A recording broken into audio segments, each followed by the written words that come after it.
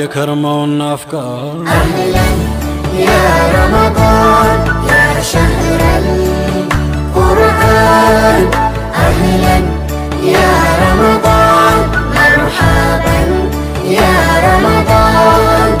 أهلا يا رمضان مرحبا يا رمضان يا شهر القرآن. أهلا أهلا يا رمضان. أهلا مقا ربي سقلتني سقل نعمة الله. السلام عليكم ورحمة الله وبركاته. بوليانتي مقا ربي سقلتني سقل هيكا إسا ولي الله ججون أكمال تهي الرحيم ججون أكمال تهي يا دفيق قلبي ولينها نقيفا. بسم الله الرحمن الرحيم. مقا ربي تقفا الله ججون قوفتا إبدهم داهق أقلتودا. لما فان الرحمن جرم الرحمن ججون دنيا رتس كان هنداه رحمة قلوس بجاوان تهي. صدفا الرحيم ججون أقوم دنيا رتس كرا حقات إسن أجلتي آكراتس مؤمن توتا قفاف رحمة قلودا. أرففان العفو ججون irra darbaa garbicha tokko akka adabamuu qabu osoo beekuu kan dhiise fi irra darbu jechuudha. Shanaffaa al-gafuuru jechuun araarama kan badii namarratti osoo beekuu nama hin saaxilniidha. Jahaffaa al-gaffaaru jechuun kan osoo garbichi isaa akka balleessu inni ammoo akka araaramuuf jechuudha. Torbaffaa ar-ra'uufu jechuun abbaa rahmata guddaa kan uumama isaa hundaaf rahmata ooluudha. Saddeettaffaan al-haliimu jechuun akka obsaa kan nama adabutti hin ariifanne jechuudha. Saglaffaan al-tawwaabu jechuun dhiifama godhaa kan garboota isaa kan dhiifama isaa kadhatan taasisuudha. Kurnaffaan as-sattaaru jechuun haguugaa kan garbicha isaa hin saaxillee fi kan garbicha isaa akka of hin saaxille barbaaduudha. 11ffaan al-ganiyyu jechuun dursa kan uumama isaatiif tasuma hin dhimmamneedha. 12ffaa al-kariim jechuun arjaa kennaa isaa hundaa abbaa fedheef waan fedhe kadhaniinsa tahee kadhaan maleetti kan kennuufiidha. 13ffaan al-akramu jechuun akkan arjaa kennu keessatti kan dikaa gaheedha.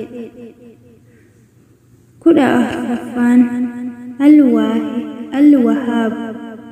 al-wahaabu jechuun irra badhaasa qananiisaa dugda baasuun maleetti kan kennuu fi sababa malee kan arjoomu.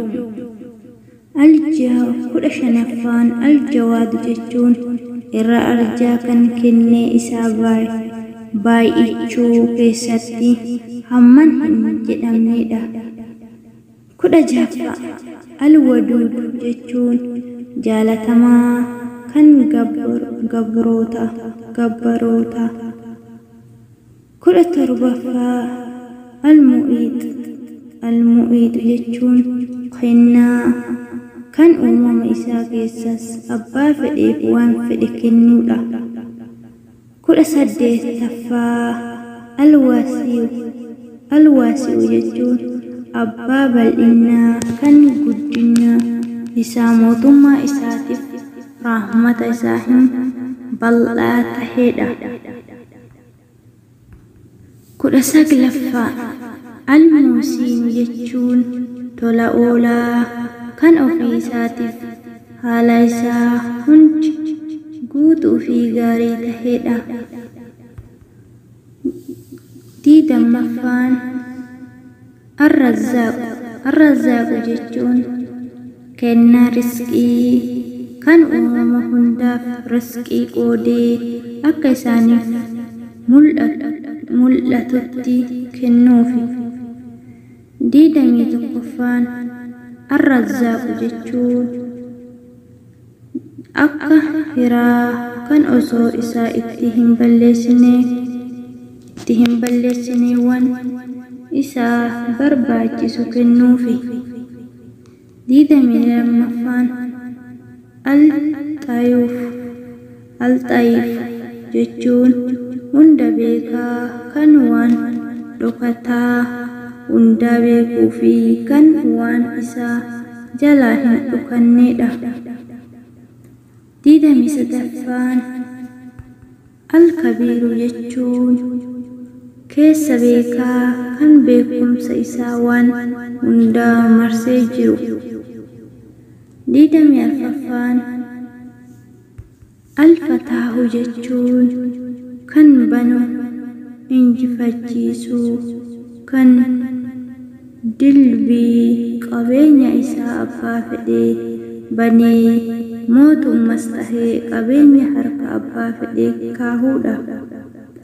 Diidamii shanaffaan al-aalimu jechuun irra beekaa kana keessaa fi duuba waan hundaa waan darbee fi waan sichaa yookaan reefuu dhufuuf kan beekuudha.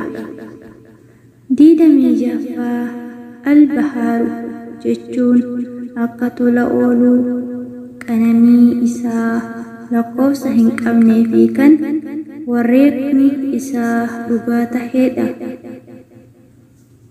Diidamii torbaffaan al-haakim